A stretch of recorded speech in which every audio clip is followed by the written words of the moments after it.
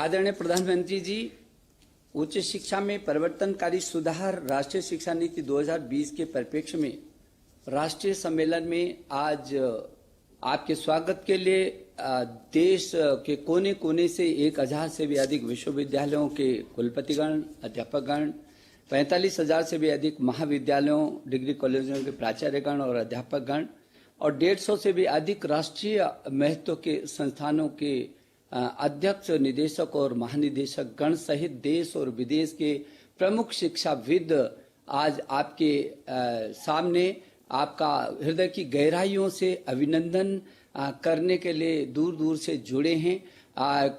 कस्तूरी रंगन जी स्वयं और अपनी कमेटी के तमाम सदस्यों के साथ आज यहाँ पर उपस्थित हैं और इसलिए मैं कस्तूरी रंगन जी का भी हृदय की गहराइयों से अभिनंदन कर रहा हूँ।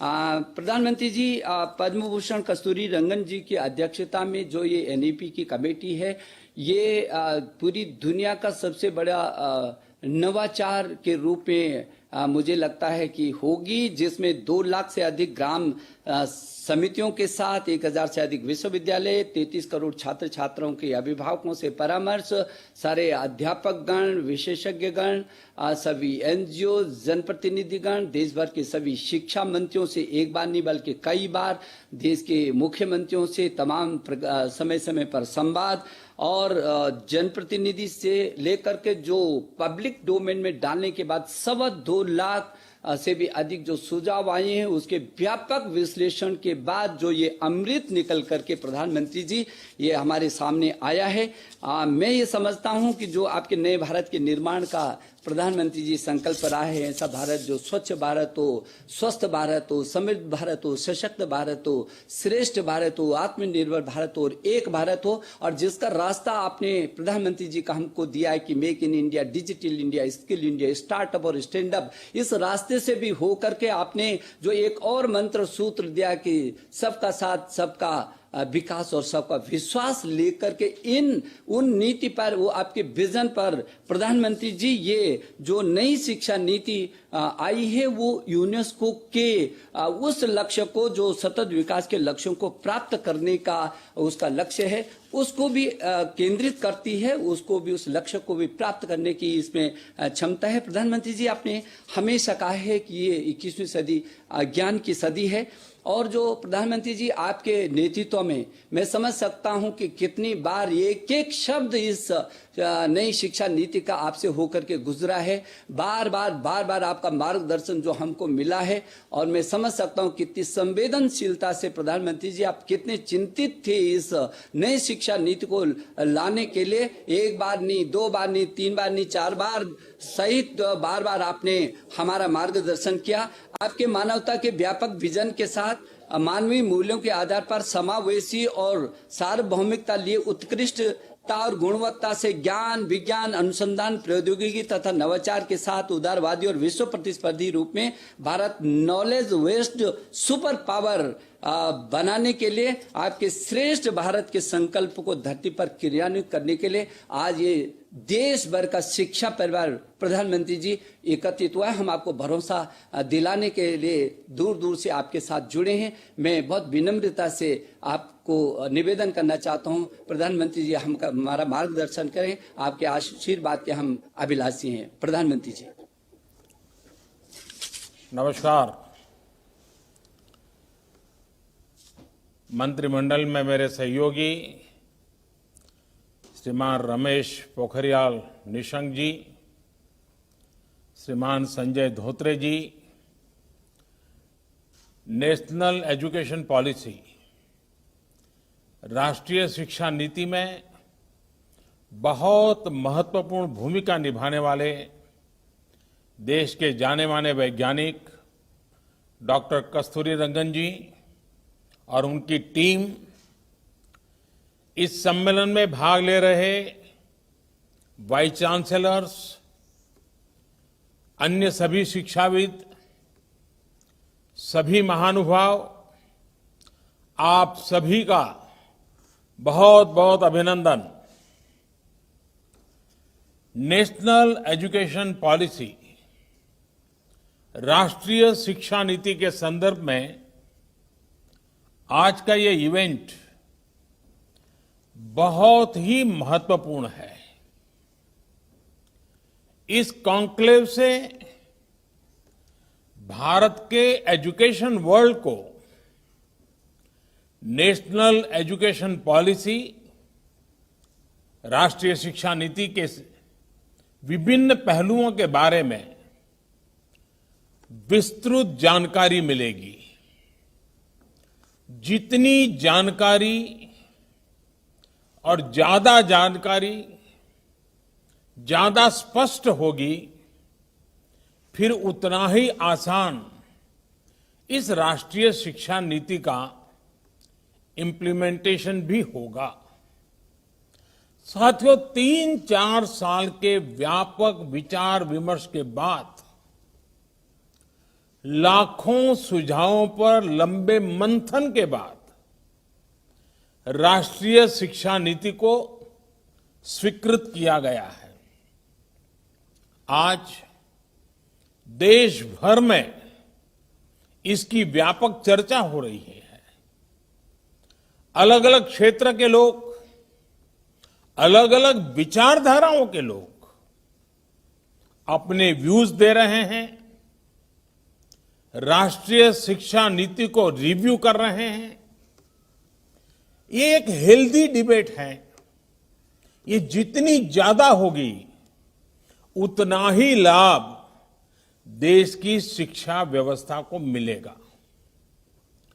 ये भी खुशी की बात है कि राष्ट्रीय शिक्षा नीति आने के बाद देश के किसी भी क्षेत्र से, किसी भी वर्ग से ये बात नहीं उठी कि इसमें किसी तरह का बायस है या किसी एक तरफा कोई झुकाव है। ये एक इंडिकेटर भी है कि लोग बरसों से चली आ रही एजुकेशन सिस्टम में जो बदलाव चाहते थे, वो उन्हें देखने को मिले हैं। वैसे कुछ लोगों के मन में ये सवाल आना बहुत स्वाभाविक है कि इतना बड़ा रिफॉर्म कागज पर तो कर दिया, लेकिन इसे जमीन पर कैसे उतारा जाएगा? यानी अब सबकी निगाहें इसके इम्प्लीमेंटेशन की तरफ है। इस चैलेंज को देखते हुए व्यवस्थाओं को बनाने में जहां कहीं कुछ सुधार की आवश्यकता है, वह हमें सबको मिलकर के करना है और करना ही है।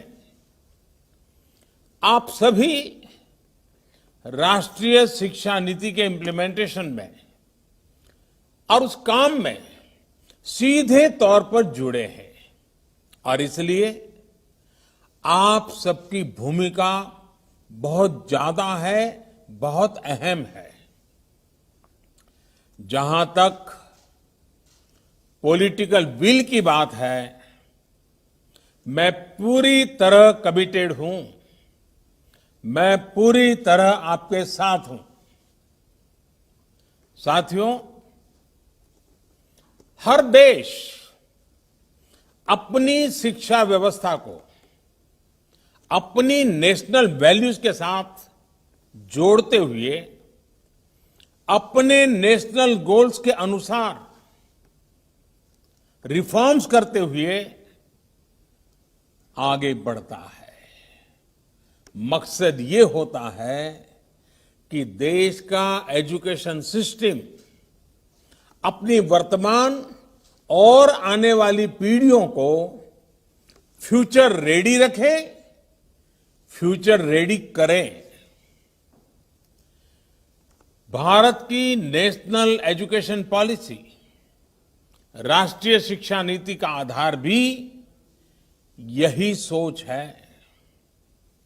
राष्ट्रीय शिक्षा नीति 21वीं सदी के भारत की, नए भारत की फाउंडेशन तैयार करने वाली है। 21वीं सदी के भारत को हमारे युवाओं और हमारे युवाओं को जिस तरह की एजुकेशन की जरूरत है, जैसी स्किल्स चाहिए, राष्ट्रीय शिक्षा नीति पर इन बातों पर विशेष फोकस है। भारत को ताकतवर बनाने के लिए, विकास की नई ऊंचाई पर पहुंचाने के लिए भारत के नागरिकों को और सशक्त करने के लिए उन्हें ज्यादा से ज्यादा अवसरों के उपयुक्त बनाने के लिए इस एजुकेशन पॉलिसी में खास जोर दिया गया है। जब भारत का स्टूडेंट, चाहे वो नर्सरी में हो या फिर कॉलेज में साइंटिफिक तरीके से पढ़ेगा, तेजी से बदलते हुए समय और तेजी से बदलती जरूरतों के हिसाब से पढ़ेगा, तो वो नेशन बिल्डिंग में कंस्ट्रक्टिव भूमिका निभा पाएगा। साथियों, बीते अनेक वर्षों से हमारे एजुकेशन सिस्टम में बड़े बदलाव नहीं हुए थे। परिणाम ये हुआ कि हमारे समाज में क्यूरोसिटी और इमेजिनेशन की वैल्यूज को प्रमोट करने के बजाय भेड़ चाल को ही प्रोत्साहन मिलने लगा था। कभी डॉक्टर बनने के लिए होड़ लगी, कभी इंजीनियर बनाने की होड़ लगी, कभी वकील बनाने की होड़ लगी। इंटरेस्ट, एबिलिटी और डिमांड की मैपिंग किए बिना होड़ लगाने की प्रवृत्ति से एजुकेशन को बाहर निकालना जरूरी था। हमारे स्टूडेंट्स में, हमारे युवाओं में क्रिटिकल थिंकिंग और इनोवेटिव थिंकिंग विकसित कैसे हो सकती है, जब तक हमारी शिक्षा में पैशन ना हो, फिलॉसॉफी ऑफ एजुकेशन ना हो, पर्पज ऑफ एजुकेशन ना हो। साथियों, आज गुरुवर रविंद्रनाथ ठाकुर की पुण्यतिथि भी है। वो कहते थे, उच्चतम शिक्षा वो है जो हमें सिर्फ जानकारी नहीं देती, बल्कि हमारे जीवन को समस्त अस्तित्व के साथ सद्भाव में लाती है। निश्चित तौर पर राष्ट्रीय शिक्षा नीति का बृहद लक्ष्य इसी से जुड़ा है। इसके लिए टुकड़ों में सोचने के बजाय एक होलिस्टिक अप्रोच की जरूरत थी, जिसको सामने रखने में राष्ट्रीय शिक्षा नीति सफल रही है। साथियों, आज जब राष्ट्रीय शिक्षा नीति मूर्त रूप ले चुकी है, तो मैं उस समय और सवालों की भी चर्चा आपसे करना चाहता हूं, जो हमारे सामने शुरुआती दिनों में आए थे। उस समय जो दो सबसे बड़े सवाल थे, वो यही थे कि क्या हमारी शिक्षा व्यवस्था हमारे युवाओं को क्रिएटिव, क्यूरियोसिटी और कमिटमेंट ड्रिवन लाइफ के लिए मोटिवेट करती है। आप लोग इस क्षेत्र में इतने वर्षों से हैं, आपने अपना जीवन शिक्षा के लिए खपा दिया है, समर्पित किया है। आप लोग इसका जवाब बेहतर जानते हैं। साथियों, हमारे सामने दूसरा सवाल था कि क्या हमारी शिक्षा व्यवस्था हमारे युवाओं को एम्पावर करती है, देश में एक एम्पावर्ड सोसाइटी के निर्माण में मदद करती है। आप सब इन सवालों से भी परिचित हैं और जवाबों से भी भली भांति परिचित है। साथियों, आज मुझे संतोष है कि भारत की नेशनल एजुकेशन पॉलिसी, राष्ट्रीय शिक्षा नीति को बनाते समय इन सवालों पर गंभीरता से काम किया गया। साथियों, बदलते समय के साथ एक नई विश्व व्यवस्था, एक नए रंग रूप और व्यवस्थाओं में बदलाव, एक नई विश्व व्यवस्था खड़ी हो रही है। एक नया ग्लोबल स्टैंडर्ड भी तय हो रहा है। इसके हिसाब से भारत का एजुकेशन सिस्टम खुद में बदलाव करे, ये भी किया जाना बहुत जरूरी था। स्कूल करिकुलम के 10+2 स्ट्रक्चर से आगे बढ़कर अब 5+3+3+4 करिकुलम का स्ट्रक्चर देना इसी दिशा में एक कदम है।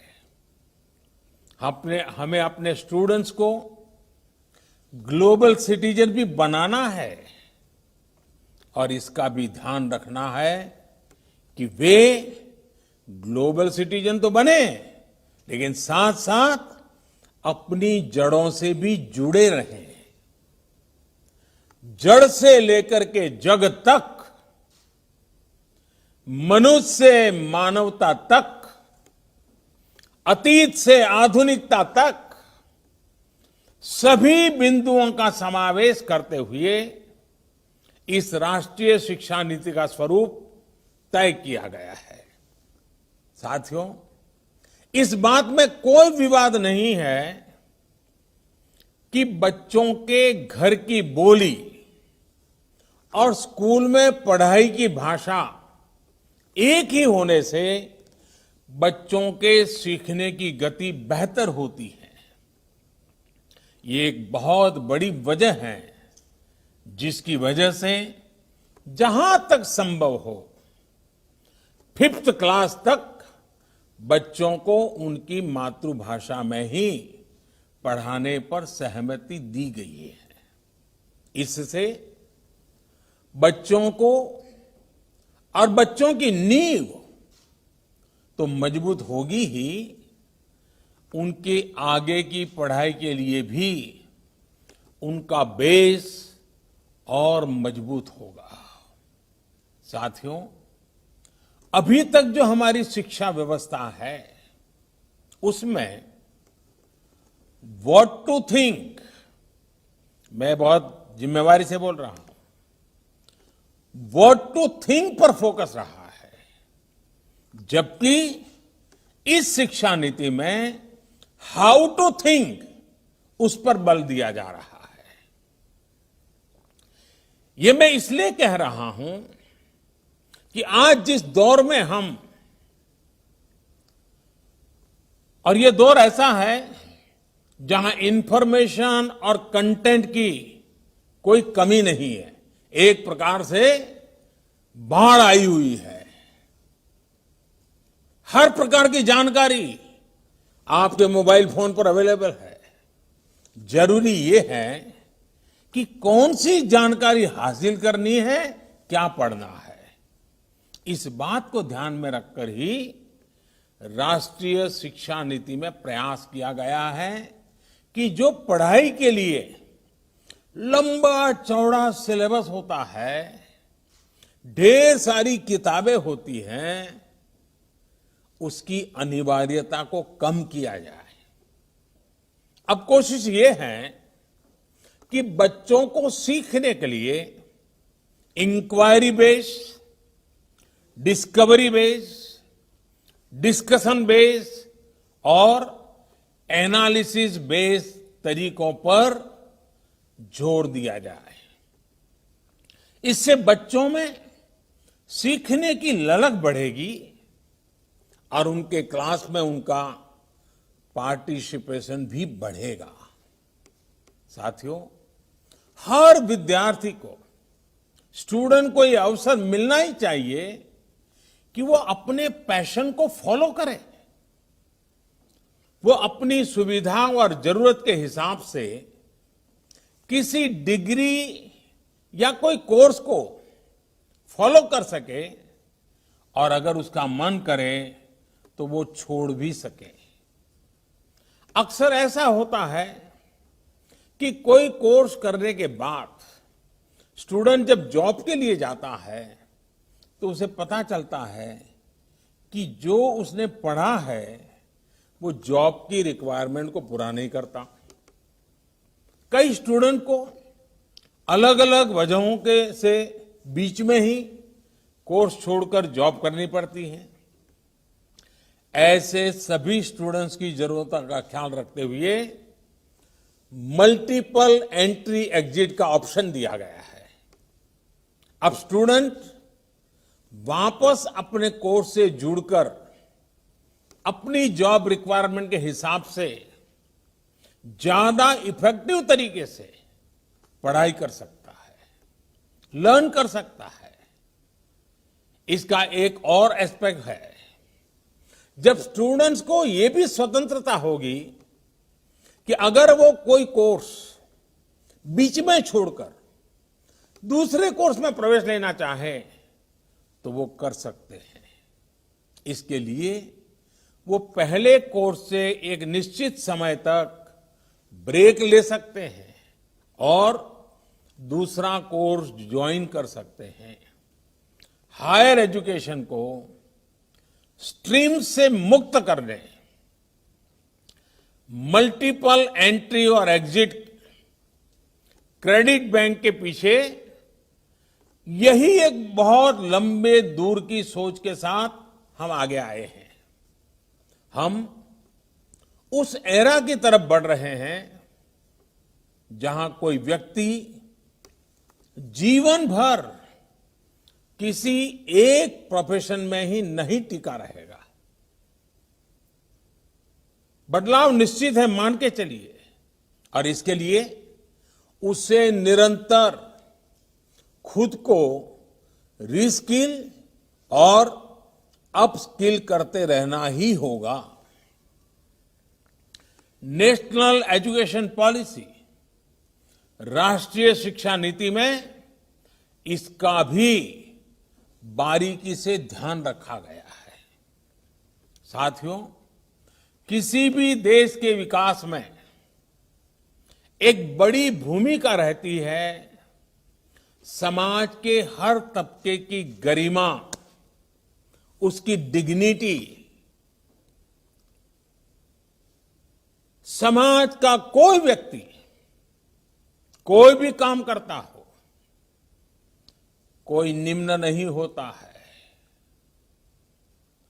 हमें ये सोचना चाहिए कि भारत जैसे सांस्कृतिक रूप से समृद्ध रहे देश में ये बुराई कहां से आई? ऊंच नीच का भाव, मेहनत मजदूरी करने वालों के प्रति हीन भाव, इस प्रकार की विकृति हमारे अंदर कैसे घर कर गई? इसकी एक बड़ी वजह रही है कि हमारी एजुकेशन का समाज के इस तबके के साथ एक डिस्कनेक्ट रहा। जब गांवों में जाएंगे, किसान को, श्रमिकों को, मजदूरों को काम करते देखेंगे, तभी तो उनके बारे में जान पाएंगे, उन्हें समझ पाएंगे वो कितना बड़ा योगदान कर रहे हैं। समाज की आवश्यकताओं की पूर्ति के लिए वो कैसे अपना जीवन खपा रहे हैं। उनके श्रम का सम्मान करना हमारी पीढ़ी को, वर्तमान को, भावी पीढ़ी को सीखना ही होगा। इसलिए राष्ट्रीय शिक्षा नीति में स्टूडेंट एजुकेशन और डिग्निटी ऑफ लेबर उस पर भी बहुत ध्यान दिया गया है। साथियों, 21वीं सदी के भारत से पूरी दुनिया को बहुत अपेक्षाएं हैं। भारत का सामर्थ्य है कि वो टैलेंट और टेक्नोलॉजी का समाधान पूरी दुनिया को दे सकता है। हमारी इस जिम्मेदारी को भी हमारी एजुकेशन पॉलिसी एड्रेस करती है। राष्ट्रीय शिक्षा नीति में जो भी समाधान सुझाए गए हैं, उससे फ्यूचरिस्टिक टेक्नोलॉजी के प्रति एक माइंडसेट विकसित करने की भावना भी है। अब टेक्नोलॉजी ने हमें बहुत तेजी से, बहुत अच्छी तरह से, बहुत कम खर्च में समाज के आखिरी छोर पर खड़े स्टूडेंट तक पहुंचने का माध्यम दिया है। हमें इसका ज्यादा से ज्यादा उपयोग करना है। इस एजुकेशन पॉलिसी के माध्यम से टेक्नोलॉजी आधारित बेहतर कंटेंट और कोर्स के डेवलपमेंट में बहुत मदद मिलेगी। बेसिक कंप्यूटिंग पर बल हो, कोडिंग पर फोकस हो, या फिर रिसर्च पर ज्यादा जोर, ये सिर्फ एजुकेशन सिस्टम ही नहीं बल्कि पूरे समाज की अप्रोच को बदलने का माध्यम बन सकता है। वर्चुअल लैब जैसे कंसेप्ट ऐसे लाखों साथियों तक बेहतर शिक्षा के सपने को ले जाने वाला है, जो पहले से ही सब्जेक्ट्स पढ़ ही नहीं पाते थे, जिसमें लैब एक्सपेरिमेंट जरूरी हो। नेशनल एजुकेशन पॉलिसी, राष्ट्रीय शिक्षा नीति हमारे देश में रिसर्च और एजुकेशन के गैप को खत्म करने में भी अहम भूमिका निभाने वाली है। साथियों, जब इंस्टीट्यूशंस और इंफ्रास्ट्रक्चर में ये रिफॉर्म्स रिफ्लेक्ट होंगे, तभी राष्ट्रीय शिक्षा नीति को अधिक प्रभावी और त्वरित गति से इंप्लीमेंट किया जा सकेगा। आज समय की मांग है कि इनोवेशन और एडॉप्शन की जो वैल्यूज हम समाज में निर्मित करना चाहते हैं, वो खुद हमारे देश के इंस्टीट्यूशन से शुरू होनी चाहिए, और जिसका नेतृत्व आप सबके पास है। जब हम एजुकेशन और विशेष हायर एजुकेशन को एम्पावर्ड सोसाइटी के निर्माता के रूप में खड़ा करना चाहते हैं, तो इसके लिए हायर एजुकेशन इंस्टीट्यूशंस को भी एम्पावर करना जरूरी है। और मैं जानता हूं, जैसे ही इंस्टीट्यूशंस को एम्पावर करने की बात आती है, तो उसके साथ ही एक और शब्द चला आता है, और वो शब्द आप बड़ी बात ही जानते हैं। वो शब्द क्या है? ऑटोनॉमी। ऑटोनॉमी। आप भी जानते हैं कि ऑटोनॉमी को लेकर हमारे यहां दो तरह के मत पूरे देश में प्रवर्तमान है। एक कहता है कि सब कुछ सरकारी नियंत्रण से पूरी सख्ती से चलना चाहिए, तो दूसरा कहता है कि सभी संस्थानों को बाय डिफॉल्ट ऑटोनॉमी मिलनी चाहिए। पहली अप्रोच में नॉन गवर्नमेंट संस्थानों के प्रति मिसट्रस्ट दिखता है, तो दूसरी अप्रोच में ऑटोनॉमी को एंटाइटलमेंट के रूप में भी ट्रीट किया जाता है। गुड क्वालिटी एजुकेशन का रास्ता इन दोनों के बीच में से ही निकलता है, दोनों मतों के मध्य से ही निकलता है। जो संस्थान क्वालिटी एजुकेशन के लिए ज्यादा काम करे, उसको ज्यादा फ्रीडम से रिवॉर्ड किया जाना चाहिए।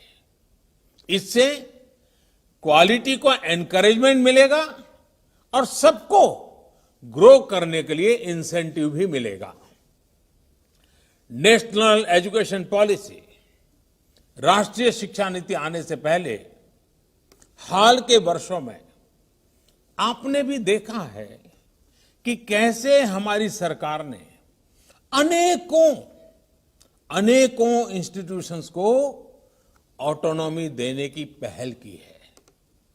मुझे उम्मीद है राष्ट्रीय शिक्षा नीति का जैसे जैसे विस्तार होगा, शिक्षा संस्थानों को ऑटोनॉमी की प्रक्रिया भी और तेज होगी।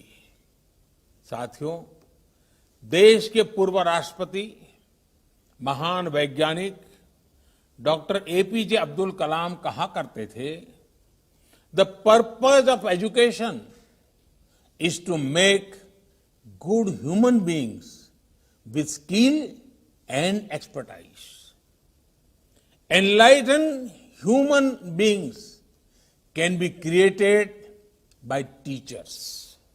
वाकई शिक्षा व्यवस्था में बदलाव देश को अच्छे स्टूडेंट्स, अच्छे प्रोफेशनल्स और उत्तम नागरिक देने का बहुत बड़ा माध्यम आप सभी हैं। आप सभी टीचर्स ही हैं, प्रोफेसर्स ही हैं।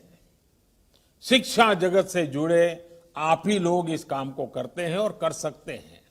इसलिए नेशनल एजुकेशन पॉलिसी, राष्ट्रीय शिक्षा नीति में डिग्निटी ऑफ टीचर्स का भी ध्यान रखा गया है।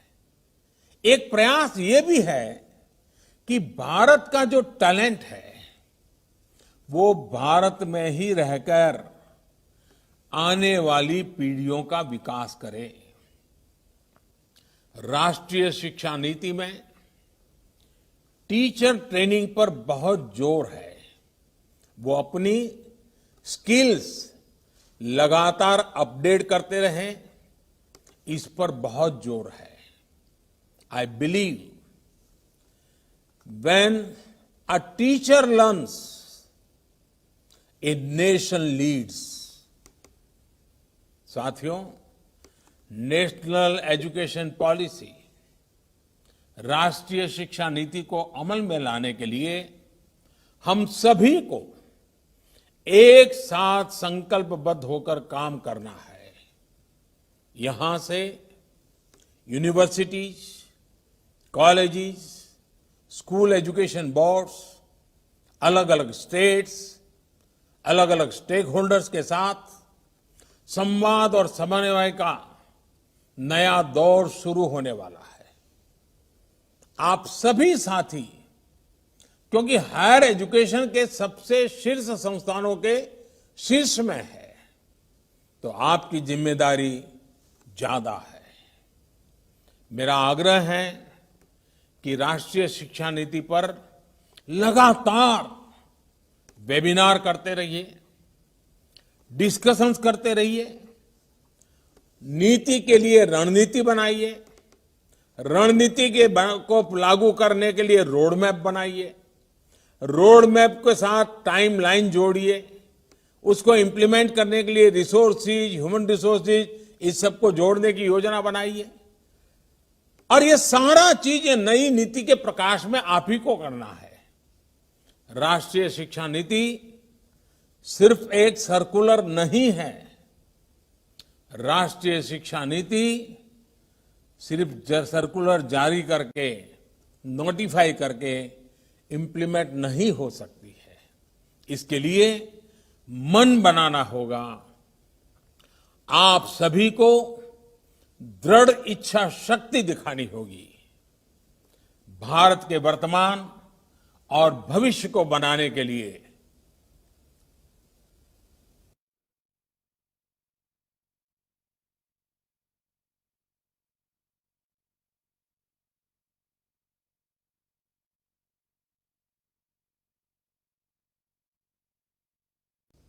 हमारे इन प्रयासों से पूरी शताब्दी को एक दिशा मिलने वाली है और इसमें इस गौरवपूर्ण अध्याय में जुड़ने के लिए मैं आपको निमंत्रित देता हूं।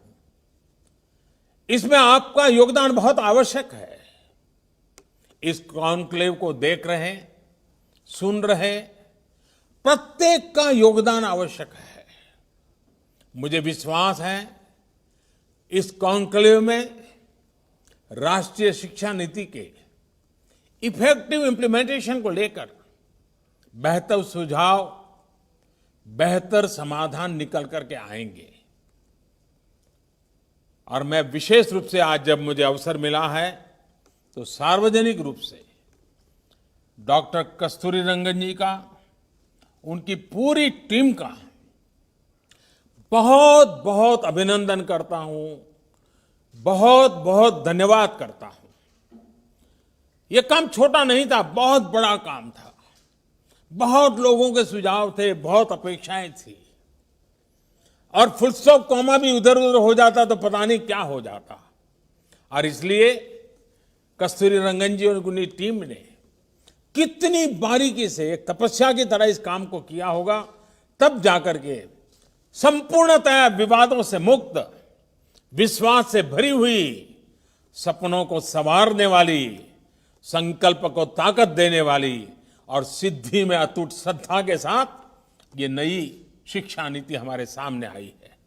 मुझे विश्वास है कि देश के भावी पीढ़ी के उज्जवल भविष्य के लिए, वर्तमान पीढ़ी के सामर्थ्य को बढ़ाने के लिए ये नई शिक्षा नीति बहुत काम आएगी। मैं फिर एक बार शिक्षा जगत के आप सभी महानुभावों को प्रणाम करते हुए बहुत बहुत शुभकामनाएं देता हूं, बहुत बहुत आभार व्यक्त करता हूं।